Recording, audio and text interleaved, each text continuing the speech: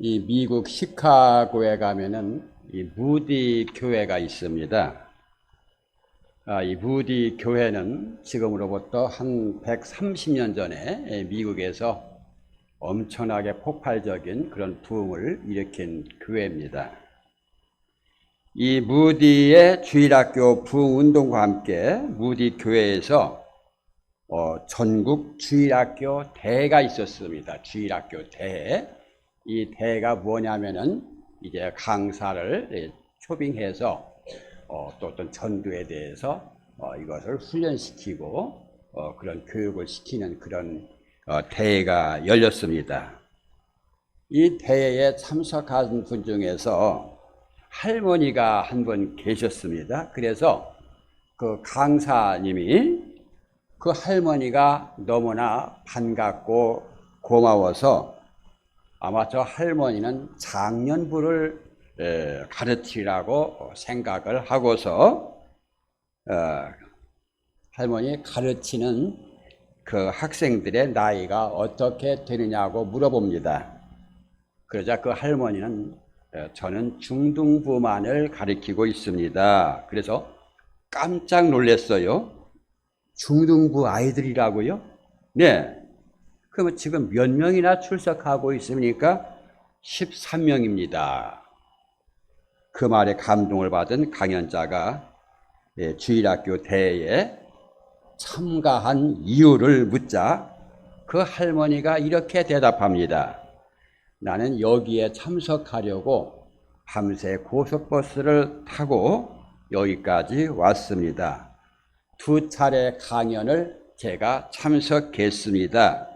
그러면서 내가 더 나은 교사가 되기 위해서 도움을 받기 위해서 배우러 왔습니다. 나중에 이 강연자는 다른 사람을 통해서 그 할머니가 누군가를 알아보니까 그 할머니는 83세였습니다. 청년들이 그 할머니로부터 영향을 받아서 기독교 사역에 아주 헌신을 하고 준비를 하고 있다는 그런 이야기를 들었습니다. 이 이야기는 여기서 끝나지 않고 그 83세의 그 노령에 지금도 아이들을 자기 차에 가득 태워서 교회를 데리고 온다는 그런 일을 열심히 하고 계시다는 소리까지 듣습니다. 놀라운 이야기 아닙니까? 자신이 맡은 아이들을 최선을 다해서 가르치시는 그 모습, 더 잘 가르치기 위해서 밤새 동안 고속버스를 타고 와서 조금이라도 더 유익하게 배워서 자기가 맡아 있는 그 중고생들을 가르치기 위함이라는 거. 이거야말로 정말 진정한 목자의 모습이 아닌가 싶습니다. 성경에 보면은 여호와는 나의 목자시니 내가 부족함이 없으리로다. 그가 나를 푸른 풀밭에 누이시며 쉴 만한 물가로 인도하시는도다. 이 시편 23편에서 소개되는 이 목자의 모습에 대해서 이렇게 우리에게 성경은 알려주고 있습니다. 목자의 심정으로 교인들을 얼마나 잘 가르치기 위해서 수고를 다하는 그 모습 얼마나 존경스럽습니까? 그런데 요즘에는 그런 목자가 참 만나기가 어려운 것 같습니다. 옛날에는 모든 것 다 사택이고 뭐고 다 떠나서 그저 내가 말씀을 전해서 그들이 감동을 받아가지고 하나님의 사람으로 변화된다면은 거기에 만족하고 악을 골짜기라도 가서 헌신하는 목자들이 좀 많이 있었는데 최근에는 그렇지 못한 것이 우리가 다 알고 있는 그런 상황입니다. 우리가 오늘 읽은 이 본문도 시편 23편의 그 목자의 모습과 거의 비슷합니다. 이 본문의 배경은 에스겔 34장에 소개되고 있는데 주전 586년에 바벨론에 의해서 예루살렘이 함락되고 유다가 멸망한 직후 포로기 상황을 배경으로 하는 말씀입니다. 본문은 당시 목자가 양떼인 백성을 돌아보지 않고 자신의 것만 챙기는 지도자, 또 악한 목자들에 대한 하나님의 심판이 선포되는 말씀입니다. 그래서 가지고 이제 하나님이 친히 목자가 되어서 흩어진 양들을 회복시켜 주겠다는 그런 약속의 말씀입니다. 지금 이스라엘 사람들은 나라가 망한 후 많은 사람들이 바벨론에 포로로 잡혀갔거나 흩어진 그런 상태에 있습니다. 정치 지도자나 신앙 지도자들이 백성들을 돌보지 않고 자신의 것만 챙기기에 급급합니다. 자신의 이익에만 관심을 갖다 보니까 돌봄을 받지 못한 대부분의 사람들은 목자 없는 양같이 방황하다가 이방 민족에 의해서 약탈을 당하거나 죽임을 당하는 그런 시대상입니다. 이런 상황에서 하나님은 직접 당신의 백성들을 찾겠다고 말씀하고 있습니다. 이제는 사람을 보내지 않고 하나님께서 친히 선한 목자가 되어서 흩어진 양들을 찾고 상한 곳을 싸매며 잃어버린 자를 찾아내겠다고 하십니다. 하나님이 친히 목자가 되어 주시겠다고 말씀하고 있는 내용입니다. 우리도 돌봄이 다 필요한 우리들입니다. 그때나 지금이나 이 땅에 사는 많은 사람들이 힘이 없고 연약한 우리는 솔직히 돌봄이 필요한 우리들입니다. 더군다나 이 마귀는 우는 사자처럼 지금도 삼킬 자를 찾고 있습니다. 세상은 자꾸 우리의 믿음에서 떠나도록 우리를 유혹하고 있습니다. 그런데 그 어디에도 나에게 관심을 가져주고 우리를 도우며 우리를 지키며 돌보아줄 존재가 없는 것이 이 세상에 살아가는 우리들의 세상입니다. 그러나 여러분, 그렇다고 해서 실망할 필요가 없습니다. 에스겔의 목자가 되어 백성들을 돌보시겠다고 하는 하나님의 약속은 지금도 여전히 유효합니다. 하나님이 친히 목자가 되어 우리를 돌보신다는 본문 말씀대로 이제 우리는 하나님을 목자로 삼고 그분의 말을 듣고 그분만 따라가면 되는 겁니다. 그러니 우리는 목자 대신 하나님의 약속만 굳게 믿고 나가시기만 하면은 주님의 약속이 우리 모두에게 이루어질 줄로 믿습니다. 그렇다면은 하나님이 목자로서 이스라엘 사람들에게 그리고 우리에게 어떤 약속을 하고 계시는 걸까요? 첫째는 목자이신 하나님은 우리를 친히 찾아서 돌보신다고 말씀하고 있습니다.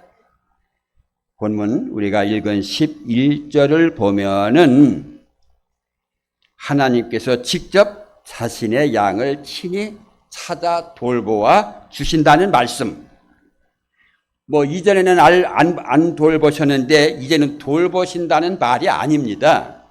언제나 돌보셨지요? 왕을 보내주시고, 왕을 왜 보냈습니까? 내 백성들을 잘 도는 정치를 잘해서 백성들이 행복하게 살도록 왕을 보내주셨습니다. 그리고 또 선지자를 보내주셨습니다. 선지자는 하나님의 말씀을 전해서 백성들이 내 하나님의 말을 듣고 저들이 정말 잘 살 수 있도록 선지자를 보내주셨습니다. 그런데 선지자도 죽이고 백성들이 그러니까 하나님이 대신 아들을 보내셨습니다. 백성들을 위해서 돌보라. 그뿐만 아니라 백성들의 죄까지 네가 담당해라. 그래가지고 예수님이 이 땅에 오셔서 십자가에 달려 죽으셨지 않습니까? 우리 하나님은 목자가 되어주셔서 왕을 보내주시고 선지자를 보내주시고 아들까지 보내주신 하나님이십니다. 그런데 아주 옛날에는 하나님이 친히 신정정책, 하나님이 나라를 다스렸었는데 이스라엘의 왕이 등장한 것은 사무엘상 8장에서 시작됩니다. 그 왕 이전에 누구요? 삼손, 사사들이 정치했지 않습니까? 그런데 사무엘의 아들들이 뇌물을 받고 판결을 엉뚱하게 합니다. 돈 많이 주면 그 사람 말을 더 인정해 준 거예요.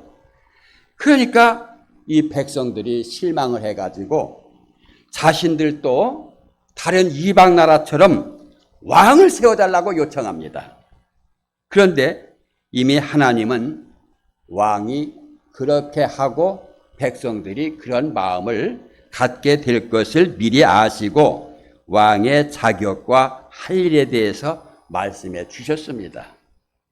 신명기 17장 14절, 15절, 16절, 17절에 보면은 왕의 자격에 대해서 그리고 왕이 하지 말아야 할 것에 대해서 하나님이 소상하게 말씀해 주셨습니다. 이것을 요약하면은 그에게 아내를 많이 두지 말라. 마음이 또 미혹되기 때문에 아내를 많이 두지 말라. 자기를 위해서 돈을 많이 갖지 말라. 그런 내용입니다. 하나님께서 왕에게 왕의 자격과 왕이 앞으로 해야 할 일을 하나님이 친히 말씀으로 가르치셨어요. 그는 병마를 많이 두지 말 것이요. 병마를 많이 얻으려고 그 백성을 애굽으로 돌아가게 하지 말 것이니 이는 여호와께서 너에게 이르시기를 너희가 이후에는 그 길로 다시 돌아가지 말 것이라 하셨음이며 그에게 아내를 많이 두어 그의 마음에 미혹되게 하지 말 것이며 자기를 위하여 은금을 많이 쌓지 말 것이니라. 그리고 18절 이후를 보면은 말씀을 따라서 백성들을 다스리라. 왕도 하나님의 말씀을 가지고 백성들을 다스리라. 선지자도 내 말을 백성들에게 전해라. 그렇게 되면은 왕의 자손이 왕 위에 있는 날이 장구하리라. 오래도록 왕을 할 것이다. 그렇게까지 약속을 주셨거든요. 그런데 왕들이 어디 그렇게 합니까? 그렇게 한 왕은 정말 손꼽을 정도입니다. 전부 자신의 유익한 이익을 위해서, 돈을 위해서, 권력을 위해서 이렇게 백성들을 탄압하고 착취합니다. 또 선지자, 지도자도 세우셨습니다. 그런데 그들 모두가 하나님이 자신을 세우신 목적대로 행하지를 않습니다. 선지자들은 오히려 거짓 예언을 합니다. 세상에 선지자가 하나님의 말씀을 대언할 선지자들이 거짓 예언을 합니다. 그러니 그 백성들은 어떻게 이제 살 수가 있겠습니까? 왕은 백성들을 돌보지 않고 자신의 이익만 취하고 있습니다. 에스겔 34장 1절로 3절을 보면은 그들이 행한 내용이 자세히 나옵니다. 제가 읽어보면은 여호와의 말씀이 내게 임하여 이르시되 인자야 너는 이스라엘 목자들에게 예언하라. 그들 곧 목자들에게 예언하여 이르기를 주 여호와께서 이같이 말씀하시되 자기만 먹는 이스라엘 목자들은 화 있을진저 목자들이 양떼를 먹이는 것이 마땅하지 아니하냐? 너희가 살찔 양을 잡아 그 기름을 먹으며 그 털을 입되 양떼는 먹이지 아니하는도다. 이게 그 당시의 상황입니다. 양떼는 먹이지 않고 살찐 양을 잡아서 그 기름을 먹고 그 털로 옷을 해 입더라는 겁니다. 그러니까 왕이나 일부 선지자와 백성의 지도자들은 하나님의 자신을 세운 목적과 정반대의 삶을 살아가고 있는 겁니다. 그러니 나라가 망하고 백성들은 죽임을 당하고 흩어져서 고통을 당합니다. 그래서 이제는 사람을 통해서 백성들을 돌보지 않고 하나님이 직접 돌보시겠다고 약속한 말씀입니다. 얼마나 다행스러운 일입니까? 아무리 왕을 믿어도 선지자를 믿어도 전혀 그렇게 하지 않거든. 그래서 직접 내가 찾아 나서겠다. 하나님이. 그래서 하나님이 이제 목자가 되신 거예요. 이렇게 직접 하나님이 이스라엘을 찾아서 친히 돌보시는 역사적인 사건이 여러분들 성경에 어디 있고 무엇인지 압니까? 바로 바벨론의 포로로 잡혀갔다가 70년 만에 조국으로 돌아온 사건입니다. 페르시아의 고레스 왕은 이방 나라의 왕입니다. 바벨론 제국을 무너뜨리고 이제 고레스 왕이 페르시아가 지금 그 바사 이란입니다. 그 제국을 정복하고 나서 바벨론에게 포로가 되어 있던 유대인들을 해방령을 내려서 너희들은 고국으로 돌아가라. 그리고 예루살렘에 성전을 건축하라. 야, 이건 정말 대단한 말씀이거든요. 이방 나라 왕은 누굽니까? 자꾸 나라를 확장하고 권력을 키워가지고 계속 통치하려고 하는 사람들이 이방 나라의 왕이라 이 말이에요. 그런데 순수하게 잡혀왔던 그 포로들을 풀어주라 이거예요. 그리고 너희들을 가서 예루살렘 성전을 지어라. 이야, 이거 정말 대단한 겁니다, 여러분. 어떻게 이것이 가능할까요? 이렇게 된 이유는 하나님이 찾으신 겁니다.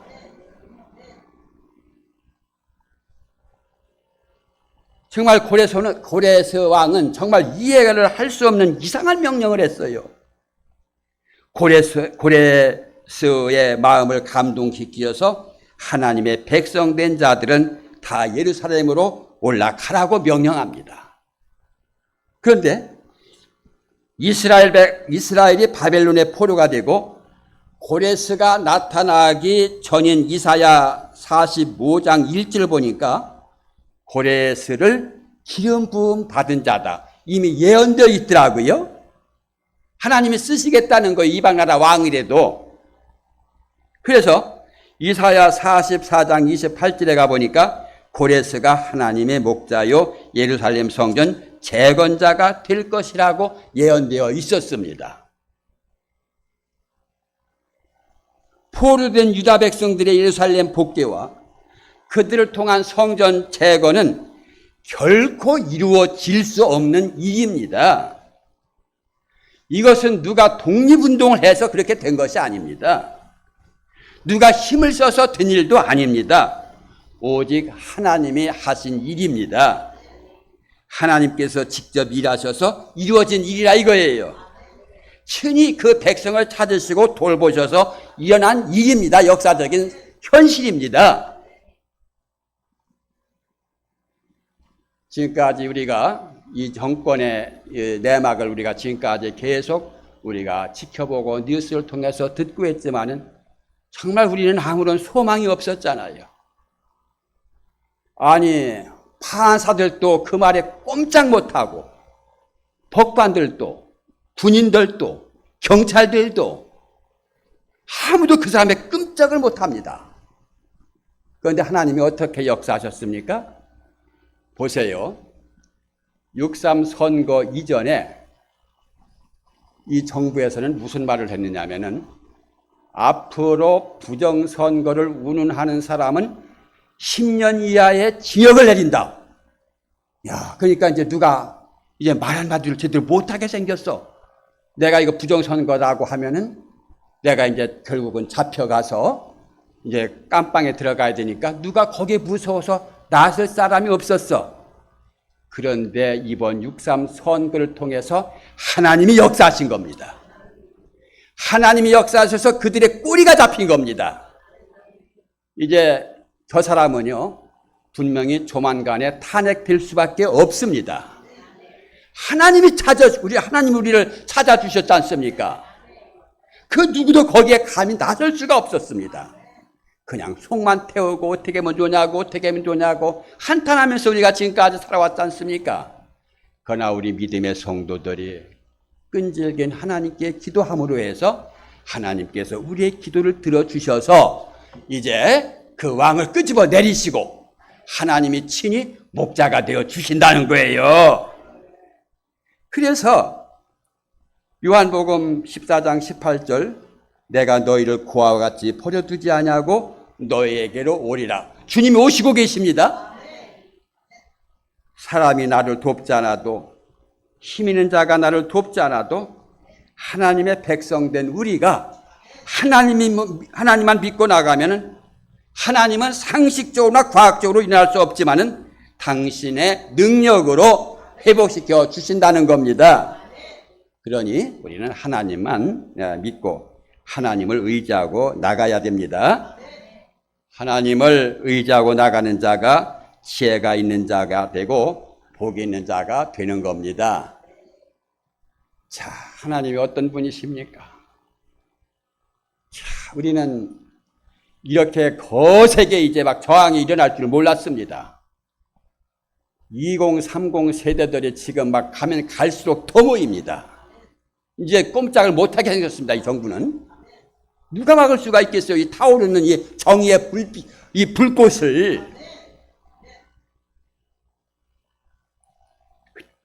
그리고 두 번째는 목자이신 하나님은 우리를 어떤 상황 가운데서도 건져내신다고 약속하고 있습니다.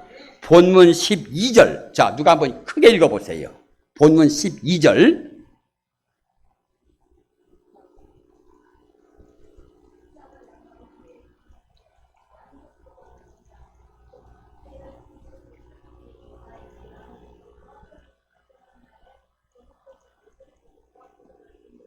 아멘. 양을 치는 목자가 흩어진 양을 찾듯이 하나님은 내 양을 찾을 것이고 흐리고 어둡던 날에 흩어졌던 모든 곳에서 내 양을 건져내겠다고 하십니다. 이것이 목자의 마음, 이것이 하나님의 마음입니다. 주님도 그렇게 말씀하시지 않았습니까? 누가복음에 너희 중에 어떤 사람이 양 100마리가 있는데 그 중에 하나를 잃으면 99마리를 들에 두고 그 잃은 것을 찾아내기까지 찾아다니지 아니하겠느냐? 또 찾아낸즉 즐거워 어깨에 메고 집에 와서 그 벗과 이웃들을 불러 모으고 말하되 자 나와 함께 즐기자 나의 잃은 양을 찾아내었노라. 여기서 중요한 단어가 이렇게 나오는데 4절입니다. 그 잃은 것을 찾아내기까지 끝까지 찾아낸다는 겁니다. 하나님은 잃은 양을 찾을 때까지 끝까지 찾아나시는 분입니다. 그런데 사람은 그러지 못해요. 사람은 쉽게 포기합니다. 포기하지 않더라도 힘이 없어서 능력이 없어서 못합니다. 그러나 하나님은 포기하지 않습니다. 찾을 때까지 찾아다니십니다. 하나님은 왕과 지도자들의 잘못된 인도와 지도로 망한 이스라엘 백성들을 찾아다니십니다. 그리고 능력이 있어서 반드시 찾아내시는 하나님이십니다.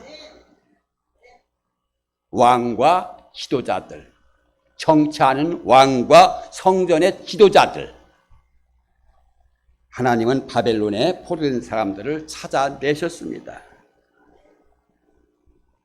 낯선 이방 땅에 가서 70년 동안 포로 생활을 하면서 고통을 당한 이스라엘 백성들을 결국은 하나님은 찾아내셨던 겁니다.